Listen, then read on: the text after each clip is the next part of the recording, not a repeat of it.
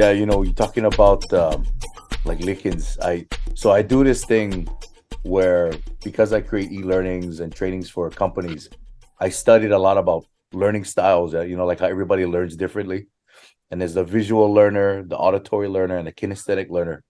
And to make it real simplified, basically visual learners, um, they like to see stuff. Obviously, during a presentation, if you're doing like on PowerPoint, they're more likely pay attention to what's on the screen than they will to what you say, because they're more visual, stuff like that. Whereas the auditory learner, they usually like to sit in the front row, and they'll pay attention to the person speaking more than what's being shown on the display. Then you got the kinesthetic learners, bro. Kinesthetic learners, that means the guys like to move, right? And whatnot. And those folks, they got to be tactile. They got to have things that they can touch and do. They have to be doing things.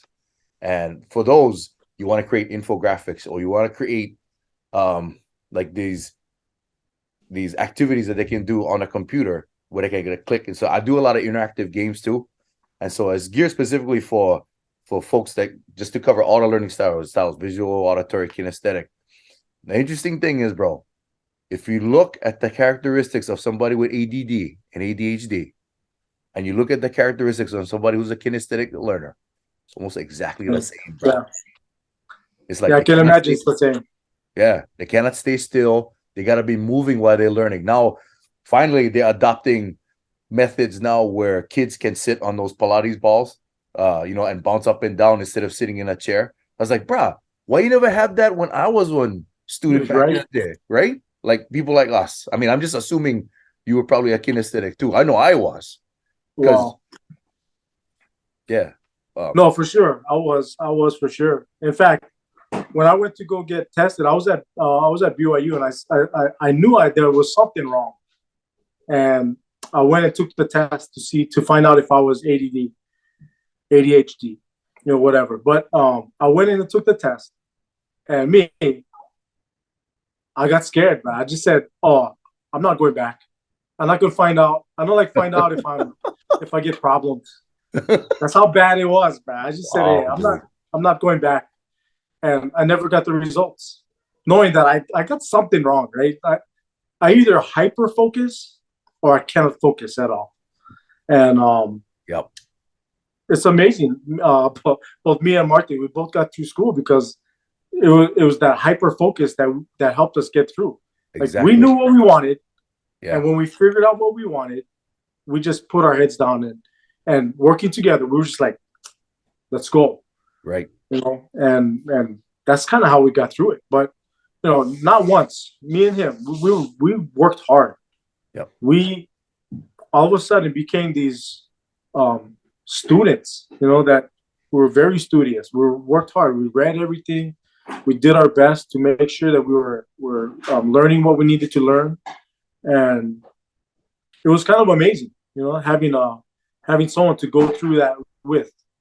So I'll always be grateful to him for that too. Oh yeah, man, and he got ADHD too. You know that too. Yeah, yeah, he brought that up in the episode earlier too, man. And I that was one thing. So my wife, she deals with a lot of children with ADHD. She's a naturopathic doctor. She works with kids that have ADD and ADHD, and we had these discussions because of what I do too. And it's exactly that. So ADHD kids, if they're bored, they're just not going to pay attention. You lost them, gone already. As soon as they find something they're passionate about, they are more hyper focused. Yeah. They can focus and accomplish that way better than anybody else, bro, because they know what their passion is. I remember growing up as a kid, my dad told me specifically, because my dad's a behavior specialist, and so he knew I had something wrong with me too. And so he specifically told me, "You boy, you gotta find what you're passionate about." And I remember him telling me that. And then now I'm doing this thing where my job is creating e-learning for people, for all these online digital trainings for companies. And basically I'm making learning fun and engaging and effective for everybody. Of course, the ultimate I like doing for the Lahui. I like doing for the Hawaiians. And so I'm working on a project right now, making educational games for the less fortunate, or like the the Hawaiian community that cannot afford to, you know, like do certain things in school, or during the pandemic, they couldn't come to school. They can have access to these educational games. Some of these Hawaiian communities can't even afford laptops or computers, bro. But they get on phone. Everybody get on phone. So these computer games, mobile access, they can access on their phone and play these educational games on their phone, learn about math or little Hawai'i or whatever. I'm working on something right now, calling it Coconut Gav. Yeah, so I'm getting a whole bunch of games put together, but yeah, I'm not powered that. So, just talking to you is just lighting the fire, you know. Just talking to you That's about what awesome. you like do is no, but seriously, man, that's why I like hanging around brothers like you that know what you're passionate about. See, now your hyper focus got you here now. Come back, bro. Like seriously, I cannot wait for you to come back. I even told Martin the same thing. Like it's like the gathering now. It's like that Yeah, Exodus crazy. gathering for all of us. I didn't even know that you came up here several times, man. I thought you just came up Waimanalo and then that was it. That was it. And then we came back for a kind um Shannon Honda's wedding, huh? Oh yeah. Yeah, and then that was the last time. And then I came back in August, and that was it, man. I was like, I'm going home. I'm going to Hawaii. I can't. I gotta be in Hawaii, But it's hard. But Yeah. you talking about your educational, desires and what you want to do. I gotta tell you this because my 7-year-old son, his name is Kalavaia.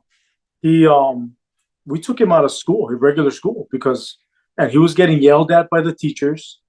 He was unable to sit in the class. Of course, he's a bigger boy, he's like way bigger than all the little kids in his class.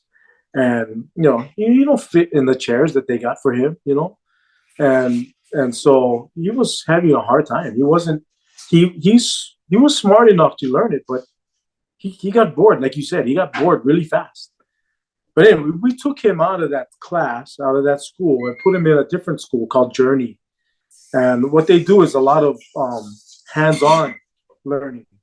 They go out into the forest and they do some foraging, and they learn how to do farming and agriculture and stuff like that. And man, he just thrives.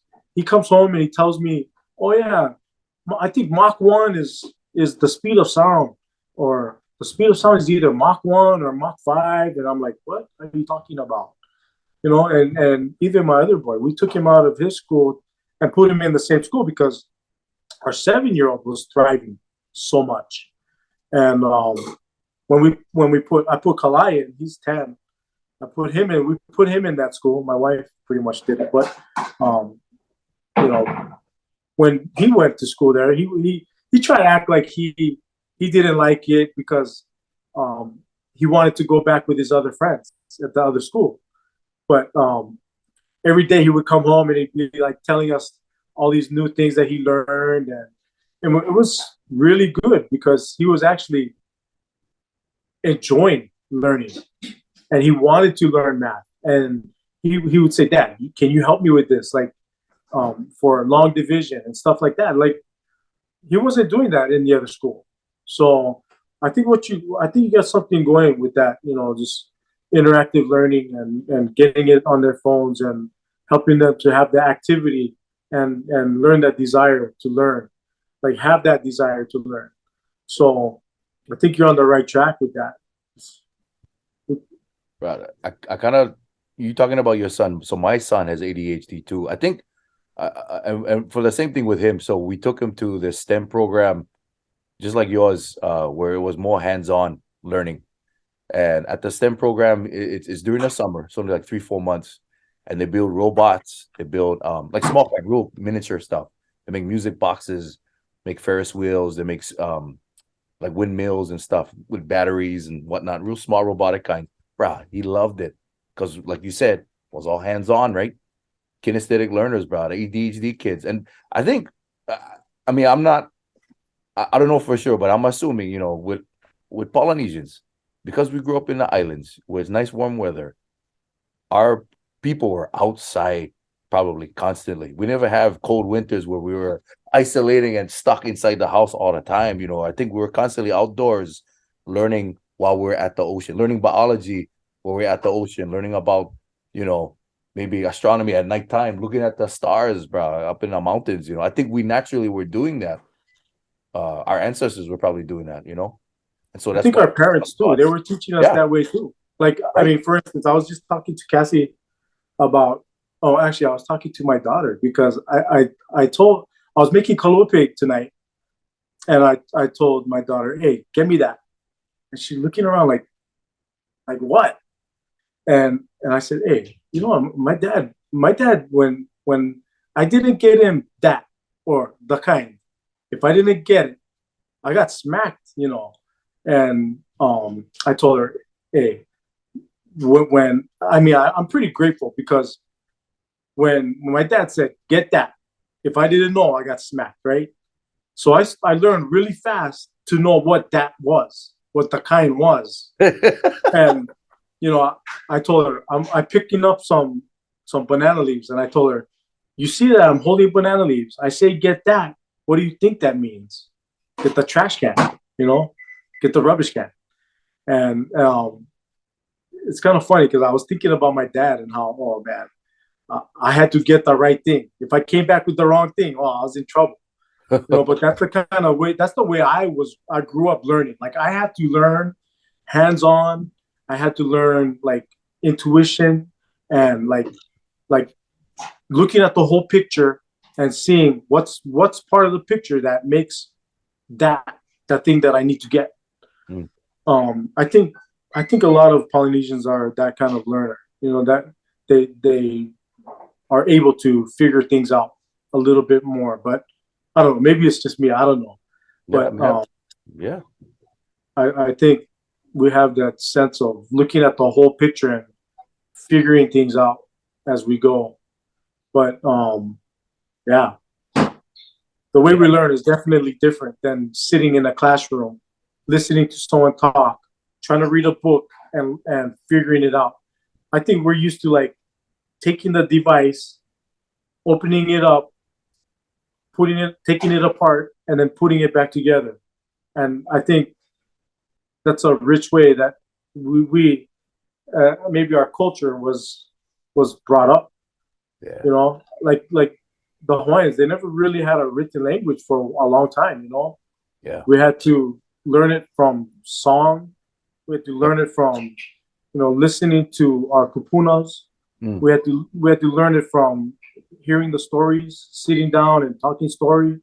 Um, those are the ways we learn, and it Yep. was a lot of memorizing Yep. and a lot of being passionate about what you're listening to, Mm. and they don't do that in our schools. Yep. We sit in school and it's a lot more different. Oh yeah. When we were in Hawaii, when I was doing my residency, we put our 4 kids into the Hawaiian immersion school at Puahala, and then Kauna Kakai, they went there too. So in Molokai, but man, my 2 boys, Noah, he would go to school and he would come home with no slippers, and just they would have to hike up the big hill, and get home, and he would be all no slippers, and it would say, how did you come? How come you don't have slippers? What's going on? And they just never really cared if he was doing all the right things. Like they didn't let them wear shoes in the classroom anyway, so he would take them off, and then he would be running around with no slippers the whole day, and then come home with no slippers. So it's definitely a different way of learning in those schools, like more hands-on, doing a lot of things in the garden, and saying prayers and doing all kinds of different things in the classroom that you wouldn't normally see in these kind of the traditional schools, but yeah, education is key, and if you can't do it, what are you going to do? We got. I think what you're doing is going to help a lot of people if we can make that something that is going to help people learn, especially our kids. Yeah. Yeah, man. And your father, bro, he taught hula, man. And what better method did the Hawaiians use in teaching about stories and science and whatnot, then through hula too, right? I mean, all the stories and legends that they did. That's kinesthetic too. We was moving.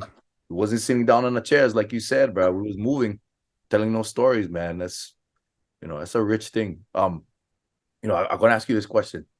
If you were to give advice to any struggling brothers out there, any Polynesian brothers out there, or anybody, what advice would you want to give to them based on your experiences, your challenges and triumphs that you experienced?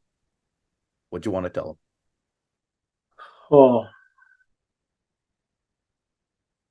honestly, I think the biggest thing you can learn is, maybe from what I have to say, is don't let people make you feel less than you are. Be confident, I think growing up, I never felt like I was a smart kid. I never did. Although I knew I was pretty sharp because I was able to like look at things and figure things out. Um, I was always in trouble, so I was always feeling like, oh man, I'm not good because I'm always getting in trouble and this and that. But I think the biggest thing is be confident in who you are. Like, don't let people tell you you dumb. Don't let people tell you you can't do it, because it's not even true.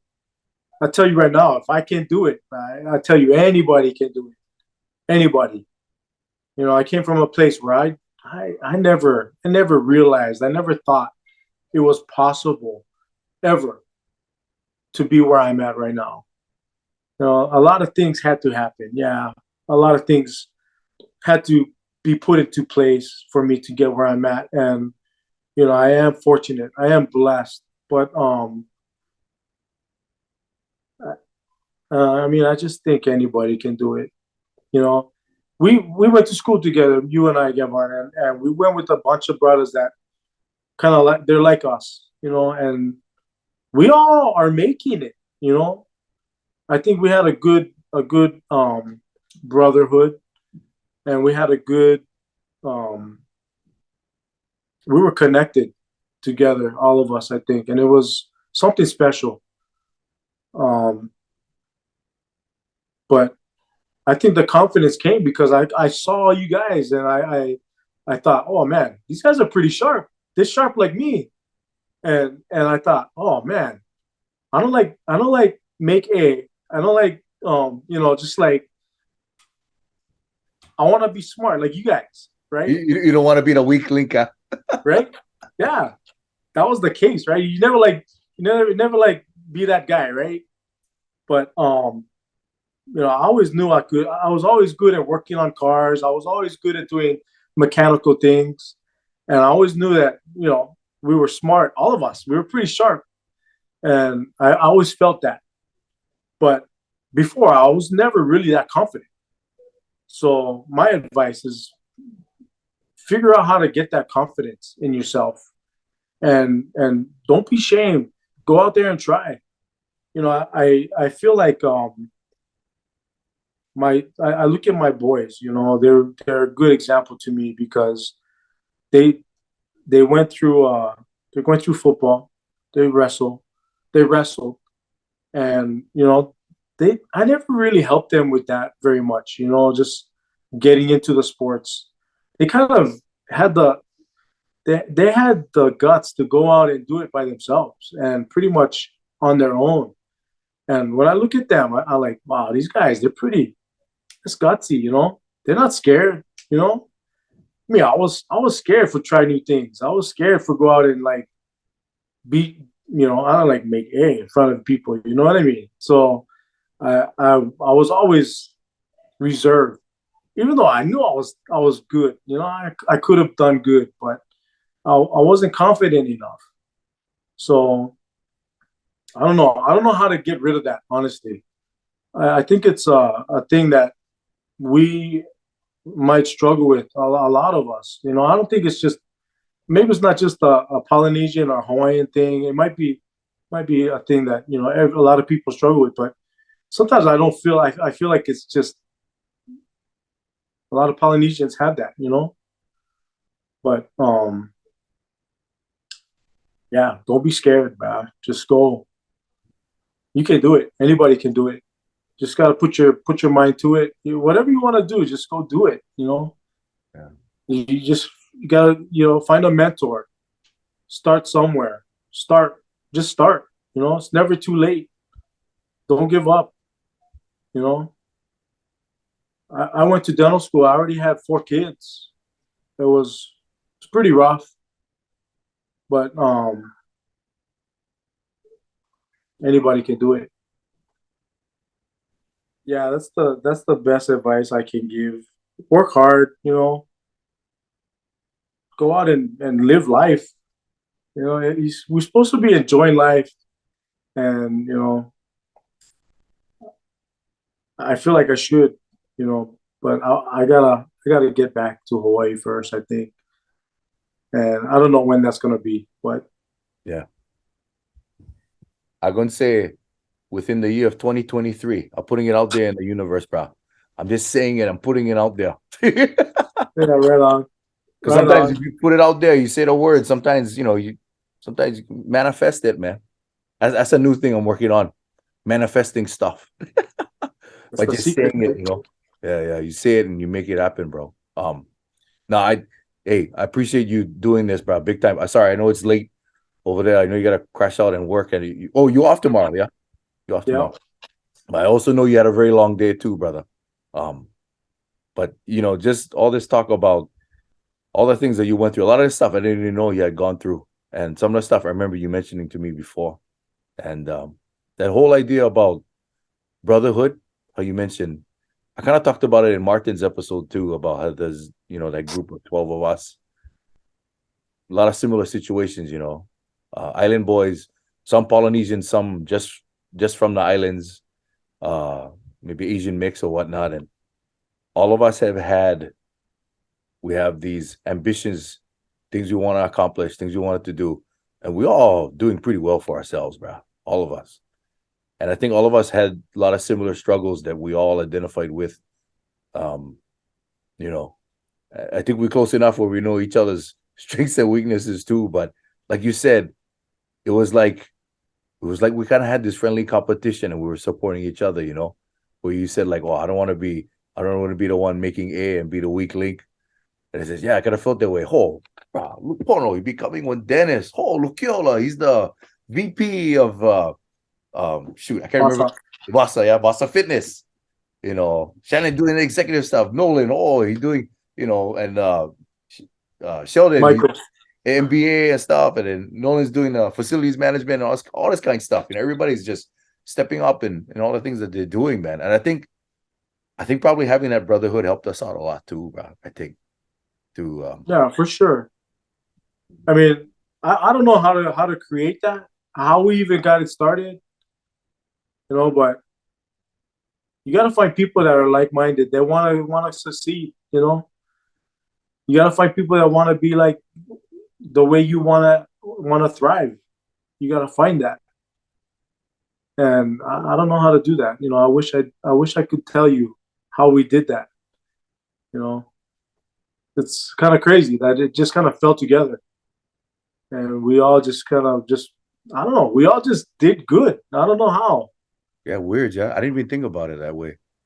All 12 of us, bro. That's crazy, man. Shoot. Maybe everybody else has got to find their own way. How that fusion Or happens. Yeah. hey, don't be afraid to call and find out, and you know, let us know if we can help in any way. Yeah, Yeah, contact. Yeah, oh, for sure, man. I appreciate that.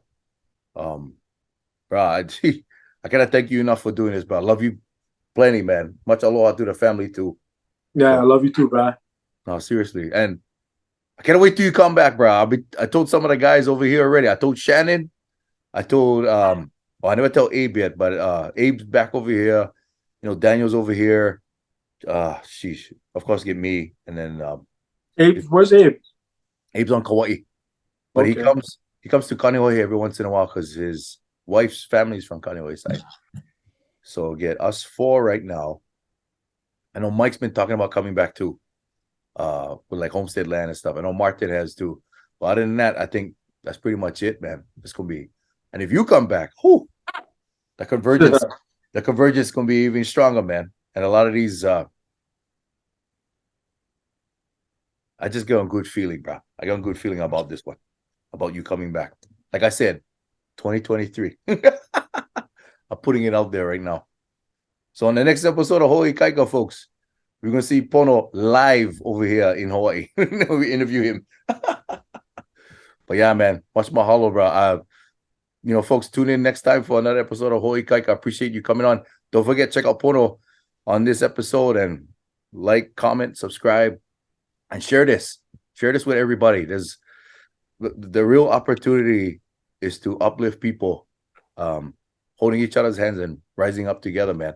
That's what I feel we did in our brotherhood that we have. I feel like that's what we're trying to do now. And, enough of this crabs in a bucket, man. Time to we'll all climb out together. So mahalo for listening in and catch you on another episode. Mahalo, folks. Peace. Mahalo, bro.